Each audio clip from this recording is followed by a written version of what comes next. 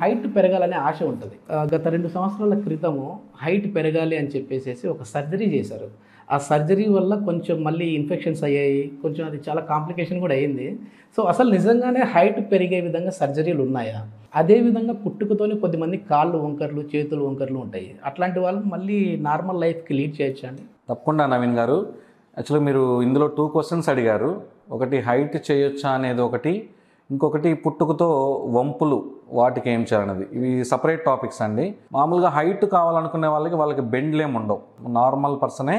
కాకపోతే వాళ్ళు కొంచెం షార్ట్గా ఉండటం వల్ల సొసైటీలో వాళ్ళకి కొంచెం తెలియని ఒక స్టిగ్మా వల్ల మిగతా వాళ్ళని చూసినప్పుడు నేను కూడా హైట్ ఉంటే బాగుండు అని అనుకొని ఆప్షన్స్ చూస్తుంటారు. సో ఈ ఆప్షన్స్ చూసినప్పుడు వాళ్ళకి లింబ్ లెంథనింగ్ సర్జరీ అంటాం. సో ఆ లింబ్ లెంథనింగ్ సర్జరీ అనే ఆప్షన్ ఉంది. సో అలాగే సెట్ చేసినప్పుడు కొంతమంది ఇట్లా ఈ సర్జరీస్ కూడా చేయించుకుంటున్నారు. It's not a new surgery.